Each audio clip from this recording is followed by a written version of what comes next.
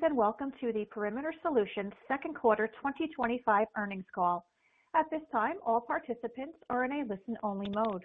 A question and answer session will follow the formal presentation. If anyone should require operator assistance, please press star zero on your telephone keypad. As a reminder, this conference is being recorded. It is now my pleasure to introduce Seth Barker, Head of Investor Relations. Please go ahead. Thank you, Operator. Good morning, everyone, and thank you for joining Perimeter Solutions second quarter 2025 earnings call. Speaking on today's call are Haitham Khouri, Chief Executive Officer, and Kyle Sable, Chief Financial Officer. We want to remind anyone who may be listening to a replay of this call that all statements made are as of today, August 7th, 2025, and these statements have not been, nor will they be updated subsequent to today's call. Also, today's call may contain forward-looking statements. These statements made today are based on management's current expectations, assumptions, and beliefs about our business and the environment in which we operate, and our actual results may materially differ from those expressed or implied on today's call.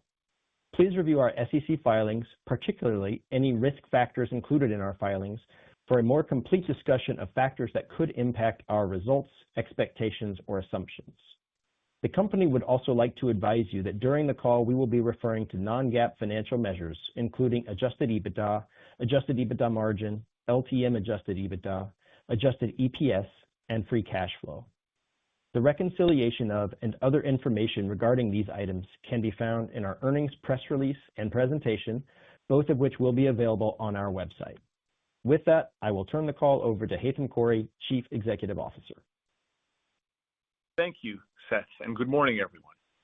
We're pleased to report Perimeter's second quarter and first half results.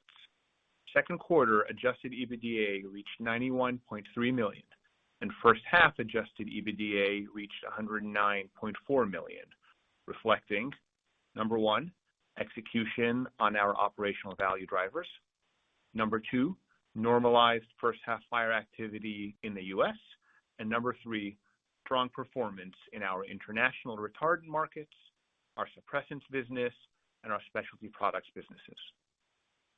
We continue to deploy capital during the second quarter, investing nearly $62 million across a range of priorities, including increased capital expenditures, continued share repurchases, and the purchase of assets to support our retardants business. Before getting into details on the quarter, I'll provide a summary of our strategy, give a brief operational update, and discuss the settlement of our litigation with Compass Minerals. After that, Kyle will walk through our financial results and capital allocation in more detail. Starting on slide 3 with a summary of our strategy. Our goal is to fulfill our critical mission by providing our customers with high-quality products and exceptional service, while delivering our investors private equity-like returns with the liquidity of the public market. Our strategy is built on 3 key operational pillars. First, we own exceptional businesses. These are niche market leaders that play critical roles in solving complex customer problems, qualities that support high returns on invested capital and durable earnings growth. Second, we rigorously apply our 3 operational value drivers to the businesses we own. We drive profitable new business, achieve continual productivity improvements, and provide increasing value to customers, which we share in through value-based pricing. And third, we operate our businesses in a highly decentralized manner, granting our business unit managers full operating autonomy, paired with the accountability to deliver results and a tightly aligned incentive structure for our managers to think and act like owners. We believe that our operational pillars will optimize our durable long-term free cash flow.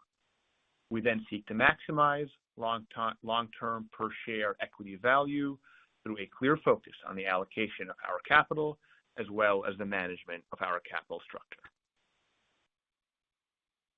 Turning to developments in the quarter on slide 4 and starting with fire safety. As I remarked at the outset, fire safety's financial results were driven by execution on our operational value drivers, normalized first half fire activity in the United States, and strong results from our international retardant markets and our suppressants business.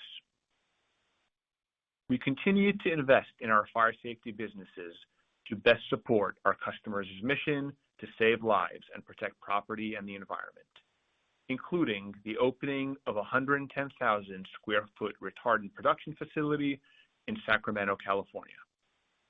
Our network of manufacturing facilities, logistics and distribution systems, and airbase infrastructure has a 6-year track record of performance reliability. With the addition of the Sacramento facility, we pair our never-fail delivery network with fully duplicated infrastructure that leaves no doubt about the supply chain resiliency of our solution.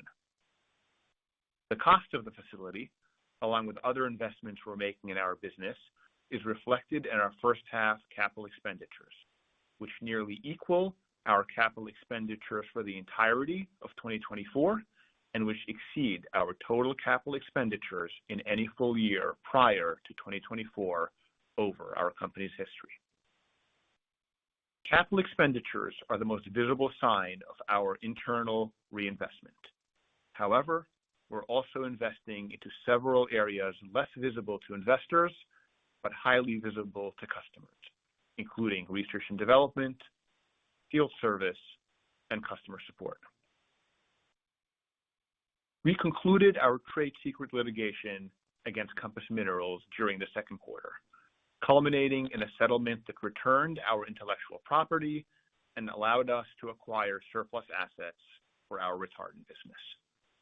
Compass announced the wind down of the retardant business in the first quarter, which provided an opportunity to resolve our intellectual property dispute, which centered around phosphate-based formulations that we maintain were developed using misappropriated trade secrets from Perimeter.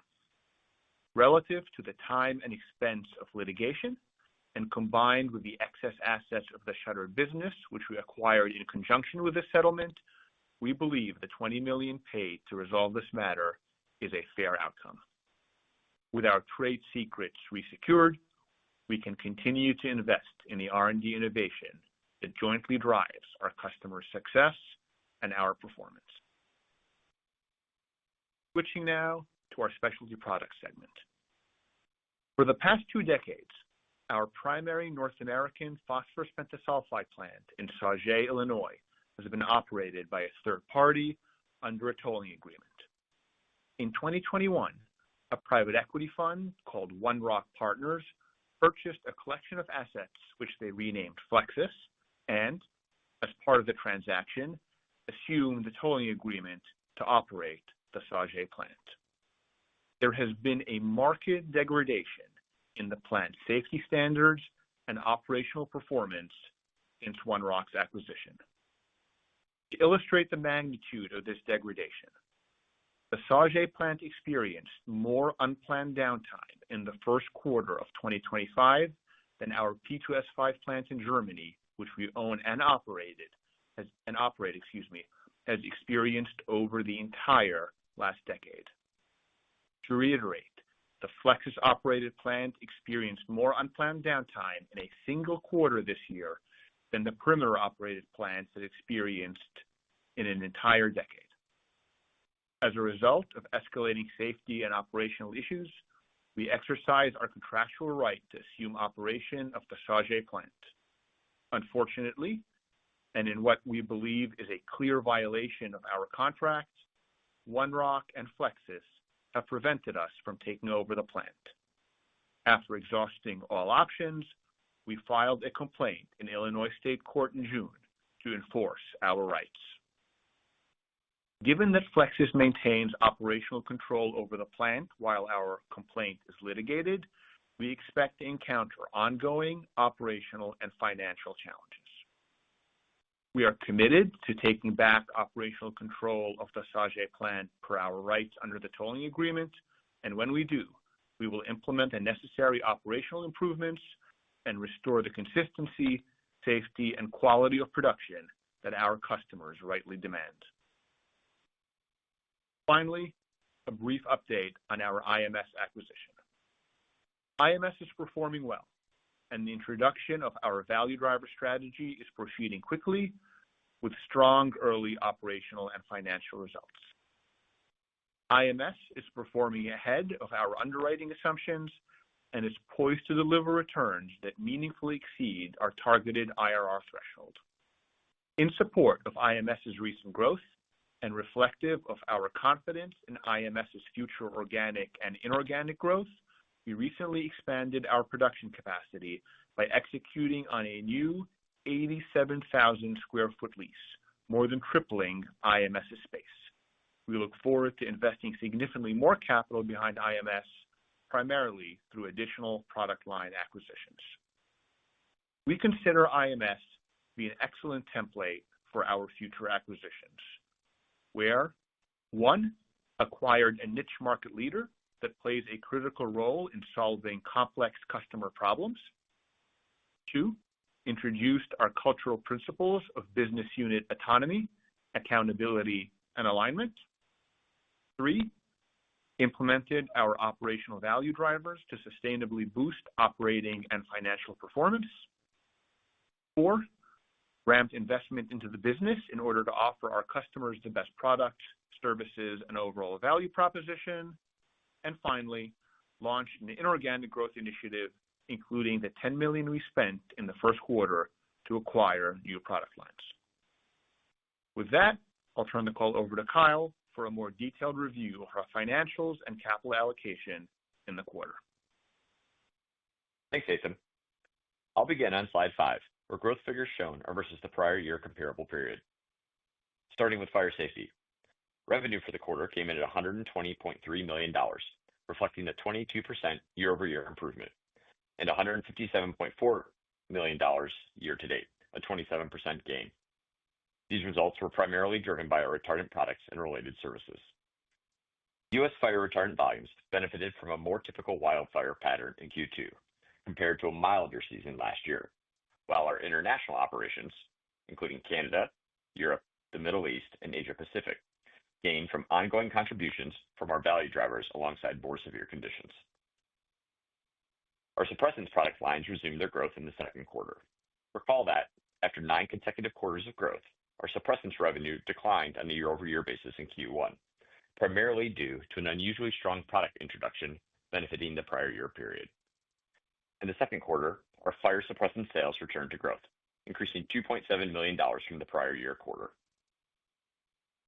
Fire safety's adjusted EBITDA for the quarter was $77.7 million, representing a 40% increase over last year, and $87.7 million year-to-date, marking a 58% gain. U.S. wildfire activity was approximately normal in the 6 months ending June 30th, 2025, and wildfire risk conditions across our footprint are also within a range we would consider normal. Having observed normal activity levels through Q2 and into early Q3, we believe it unlikely that the full season will be exceptionally mild. That said, conditions for the remainder of the year could still vary above or below average, and we remain prepared for the full range of potential scenarios. In our specialty products segment, Q2 net sales came in at $42.4 million, representing a 47% lift from the prior year. This performance reflects a $9.3 million contribution from the IMS acquisitions and a $4.4 million uplift from the base business. Year-to-date net sales reached $77.2 million, up 23%, driven by $16.9 million from the IMS acquisitions, partially offset by a $2.3 million decline attributable to the previously noted unplanned downtime at the Sauget plant in Q1. Specialty products Q2 adjusted EBITDA rose to $13.7 million, compared to $9.3 million in the prior year quarter. It remains approximately steady year-to-date at $21.7 million. While Q2's operational challenges were less severe than those in Q1, ongoing downtime contributed to elevated costs in the business and dampened EBITDA. While it's impossible to predict the plant's performance under Flexsys's control, we anticipate a continued drag from operational issues until we assume operational control of the plant. Viewing the segments together, consolidated second quarter sales grew 28% to $162.6 million, while adjusted EBITDA improved 41% to $91.3 million. Year-to-date, consolidated sales reached $234.7 million, up 26%, and adjusted EBITDA rose 42% to $109.4 million. Moving below adjusted EBITDA for Q2 2025, our GAAP loss per share was $0.22 versus GAAP earnings per share of $0.14 in the prior year quarter. Q2 2025 adjusted EPS was $0.39 compared to $0.25 in Q2 2024. On a year-to-date basis, GAAP earnings per share was $0.16 as compared to a GAAP loss per share of $0.42 in the same period last year. Year-to-date adjusted EPS was $0.41 as compared to $0.23 in the same period in the previous year. Turning to our long-term assumptions as shown on slide 6, we are increasing the high end of our assumptions for capital expenditures from $20 million to $30 million. This increase reflects our success in finding capital expenditures that align with our investment criteria, namely that investments improve our ability to serve our customers and generate returns that exceed our minimum targeted return threshold. Our new production facility in Sacramento is a clear example of this investment in action, but it's far from the only one. Last year, we shared how upgrades at several of our airbases significantly boosted throughput. Building on that momentum, we've continued to implement these enhancements across our network. The result: higher retardant volumes that help our customers achieve their mission while delivering strong returns on the capital we've deployed. As we build on these initiatives, we will continue investing in airbase infrastructure while seeking new opportunities with comparable potential. Aside from CapEx, the remainder of our assumptions are unchanged, and with normally quarterly variation, Q2 is consistent with those expectations. Q2 interest expense was $9.9 million, while taxable depreciation, amortization, and other tax deductions totaled $5.4 million. Tax paid for income tax was $12.3 million in Q2, as compared to $3.6 million in the prior year quarter. Here, I will note that variation in taxes is typically timing related in any given quarter, and our full year tax expectation is unchanged. Capital expenditures for the quarter were $12.8 million. Our working capital needs fluctuate seasonally, and Q2's working capital levels and the associated use of cash are consistent with our expectations given the level of activity in Q2. Our year-end net working capital outlook is unchanged. We define free cash flow as cash flow from operations less capital expenditures. In total, we had free cash flow in Q2 of negative $15.6 million, primarily due to the seasonal build in net working capital as well as purchases of property and equipment. We generated free cash flow of $3.3 million for the 6 months ended June 30th, 2025. 2025's cash flow generation seasonality is in line with our expectations and consistent with history, where we invest significantly in working capital in the first half of the year in preparation for the fire season and convert these investments into cash in the second half. Our full year EBITDA to cash generation conversion is consistent with the assumptions shown on this slide, with the vast majority of cash generation occurring over the next few months. We allocated nearly $62 million of capital in the quarter, the returns on which we expect will exceed our minimum targeted equity returns of 15%. We continue to invest in our business organically, with $12.8 million allocated to capital expenditures in the quarter. The majority of these capital expenditures supported our growth and productivity initiatives. Our pipeline of projects continues to build and is an important element supporting our long-term organic EBITDA growth trajectory. Moving to M&A, as discussed previously, we invested $20 million in select Compass assets, comprised of $1.7 million of raw materials and $3.1 million of property and equipment, with the remainder allocated to intangibles. More broadly, we continue to search diligently for acquisitions that meet our investment criteria. Finally, we repurchased 2.9 million shares for approximately $32 million in Q2. While many companies have systematic share repurchase programs, our view is to repurchase shares when we believe our equity trades meaningfully below intrinsic value and when repurchases would not preclude higher potential IRR investments, notably in M&A. Both conditions were true in Q2. Turning to slide 8, I'd like to highlight our favorable debt structure, a single series of fixed rate notes at 5%, maturing in the fourth quarter of 2029 with no financial maintenance covenants. As of Q2, we were levered 1.7 times net debt to LTM adjusted EBITDA, driven by $675 million of gross debt, $141 million in cash, and nearly $313 million of LTM adjusted EBITDA. We also have substantial liquidity, with an undrawn $100 million revolver as of quarter end in addition to our cash. We ended the quarter with about 145.9 million basic shares outstanding. To conclude, Perimeter's second quarter reflected our team's execution of our strategy combined with normalized end markets. Despite the solid start, we remain disciplined in our approach to the full year, continuing our work to deliver for our customers and apply our operational value drivers across the business. With that, I'll hand the call back to the operator for Q&A. Thank you. We will now be conducting a question and answer session. If you would like to ask a question, please press star one on your telephone keypad. A confirmation tone will indicate your line is in the question queue. You may press star two to remove yourself from the queue. For participants using speaker equipment, it may be necessary to pick up your handset before pressing the star keys. Your first question comes from Dan Kutz with Morgan Stanley. Please go ahead. Hey, thanks a lot. Good morning. I wanted to ask, I think you guys have kind of quantified this in the past, but when you think about, when you speak to kind of a range of normal wildfire activity or acres burned, can you help us, can you remind us how you guys think about that? Is it kind of over the course of a year? I think I remember like a 6 to 7 million U.S. lower 48 acres burned range on one of your past slide decks, or is it kind of a percentage versus a trailing 5 or 10 year trend? Just hoping that you could, as we're trying to think through what it means when you say within a normal range, was just hoping you could share a little bit more color on how you guys think about that. Thank you. Yeah, you bet, Dan. It's Haitham. Thanks, of course, for the question.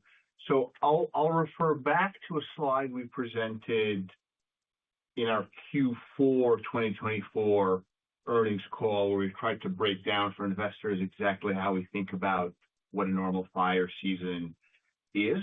To sort of recap the message from 6 or so months ago, you're right. We think a normal fire season is roughly in the range of 6 to 7 million acres burned in the U.S., excluding Alaska.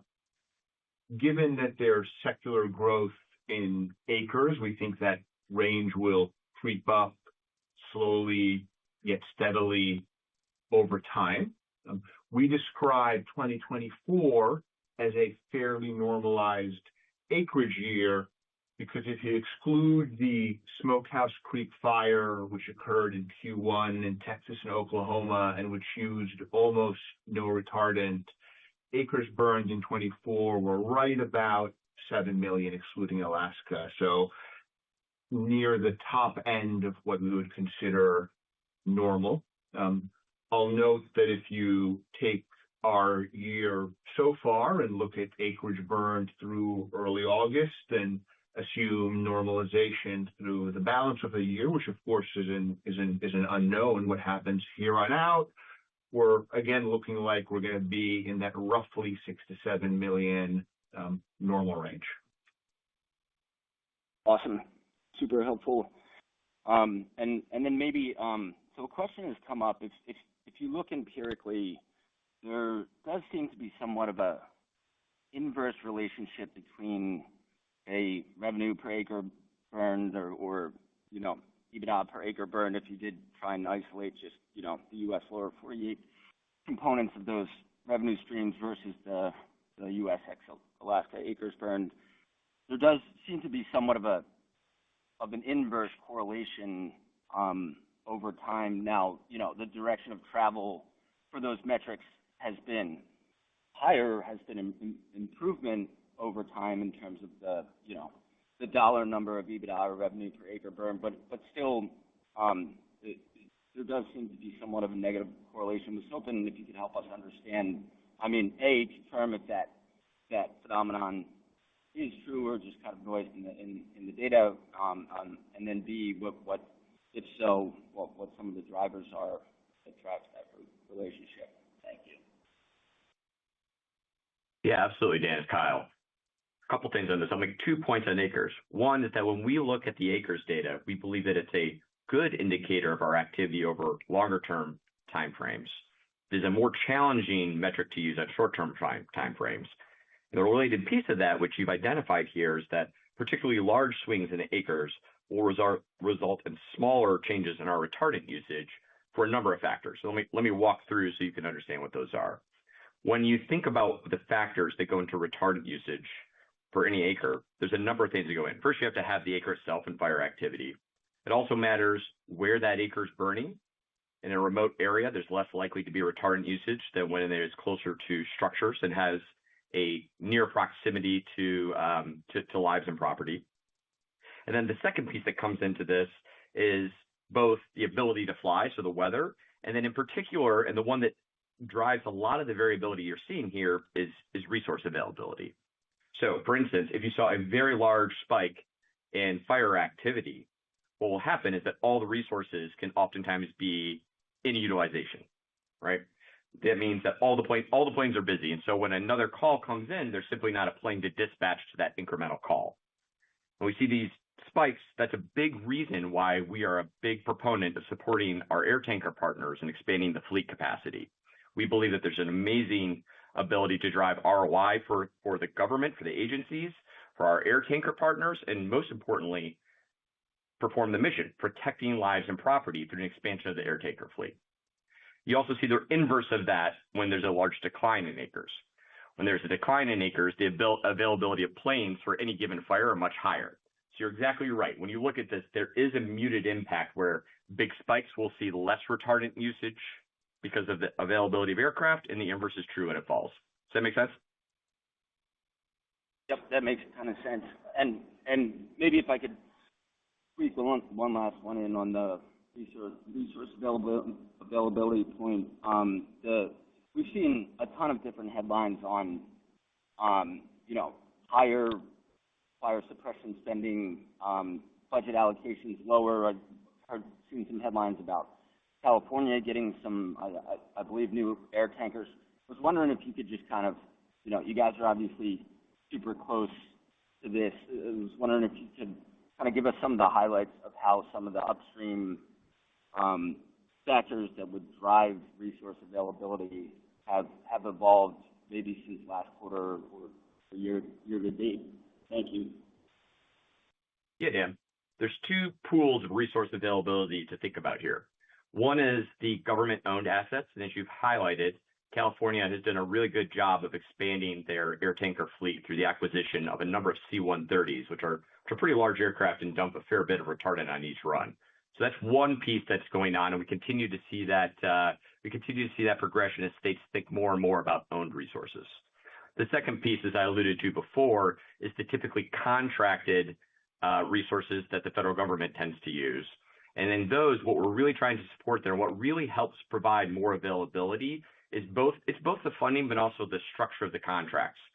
We always work with our industry groups to help provide the best structural contracts where they have availability and guaranteed contracts that allows them to invest in that fleet, that allows them to bring more resources into the ecosystem, and allows them to be more available when they're needed. Awesome. Really helpful. Thank you. Thank you both very much. Congrats on a great quarter, and I will turn it back. Thanks, Dan. Next question, Josh Spector with UBS. Please go ahead. Yeah, hey, good morning, guys. I was wondering if you could talk about kind of the sustainability of what you did in 2Q in fire safety. I mean, the margins are kind of above what we've assumed for peak margins in 3Q. The incremental margin looks like it was pretty much 100% year on year.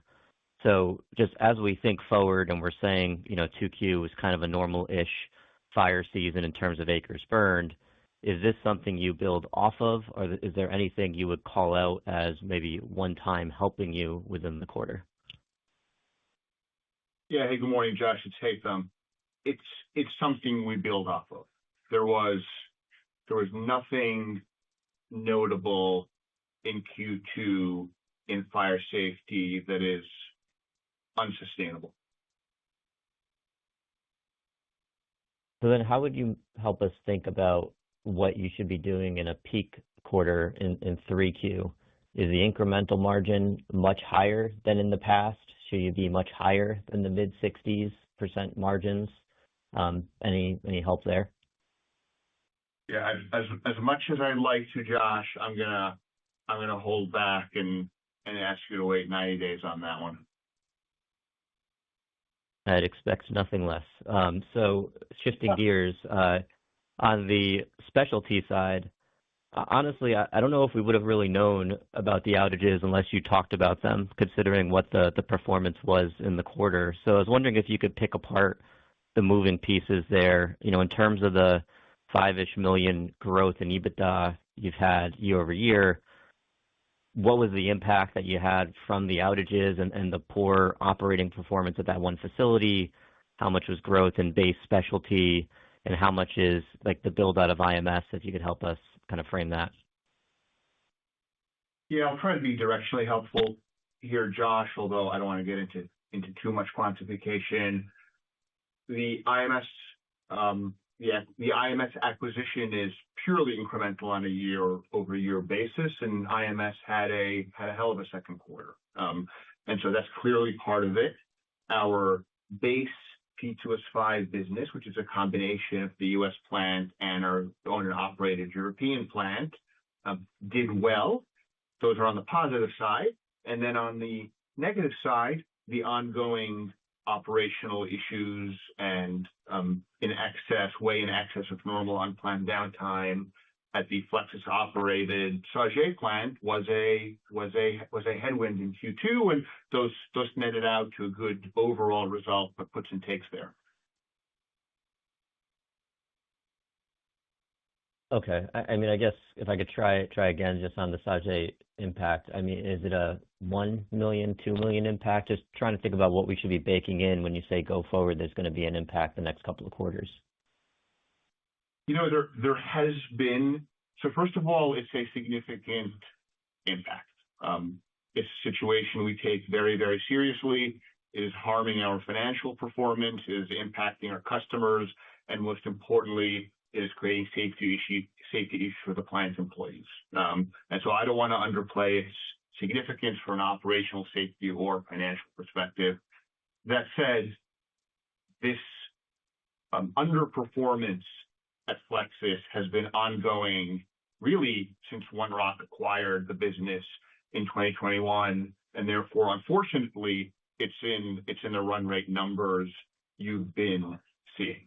And until we resolve this dispute, take control of the plant, address safety, and address quality, what you've been seeing, which includes, again, the negative impact of their operating, is going to continue to be reflected in the financials. Okay. No, thanks for that. And a couple other follow-ups if I can go through them. I guess first on the $20 million payment to resolve the dispute with Compass, is that primarily just intangibles and the ability to maintain your formulations? Is there any assets or anything there you'd call out as part of that? Josh, is Kyle. Yeah, there are actually assets that we acquired in HIT that we would have otherwise had to purchase from in a normal CapEx transaction or a normal inventory purchase transaction. There's about $5 million of book value of those two buckets of assets that came with the transaction. Okay, thanks for that. And then last, just another follow-up around kind of the U.S. wildfire management tactics here. I mean, you talked about helping with plane availability and that being a factor.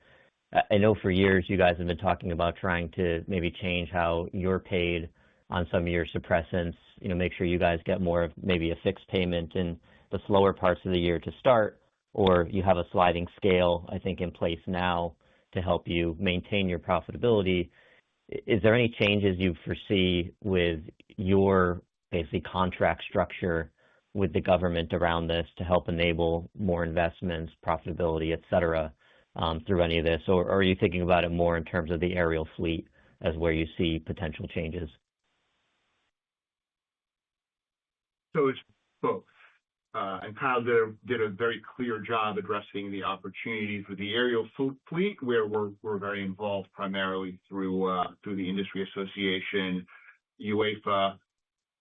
Separate from that, we have for the past couple of years been working, I would say, slowly and steadily with our customers around the world to mutually beneficially devariabilize our business and make it so we have more predictability on our cash flows and our customers have more predictability on their spend with us, which mutes, it doesn't eliminate, we'll never be able to eliminate, I don't think, but mutes the impact of fire seasonality.